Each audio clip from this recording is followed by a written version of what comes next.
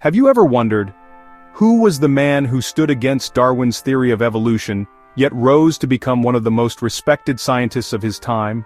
Have you ever heard of a geologist who not only shaped Canadian science, but also became a voice of faith in the world of reason?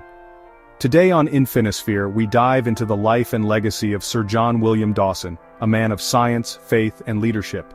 Born in Pictou, Nova Scotia in 1820, John William Dawson grew up with a passion for nature and the mysteries of the earth. He studied geology and soon became recognized for his deep knowledge of fossils and the ancient history of life. But what truly set him apart was not just his discoveries, but his ability to combine science with his strong Presbyterian faith.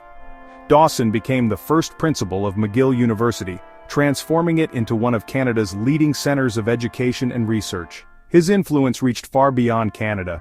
He was elected the first president of the Royal Society of Canada, and even served as president of both the British Association for the Advancement of Science and the American Association for the Advancement of Science, a rare honor that very few achieved in his time. But Dawson was not without controversy.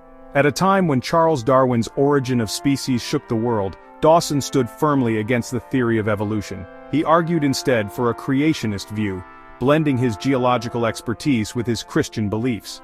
In 1877 he published his famous work, The Origin of the World, According to Revelation and Science, where he tried to reconcile science with scripture. Despite his opposition to Darwinism, Dawson was respected internationally as a brilliant geologist and educator. His studies of fossils and Canadian landscapes left a lasting mark on natural sciences. He was even knighted by Queen Victoria in 1884 for his contributions. Sir John William Dawson passed away in 1899, but his legacy continues.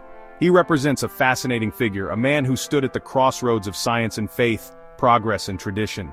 So what do you think? Can science and faith truly coexist as Dawson believed, or was he standing against the inevitable tide of scientific discovery?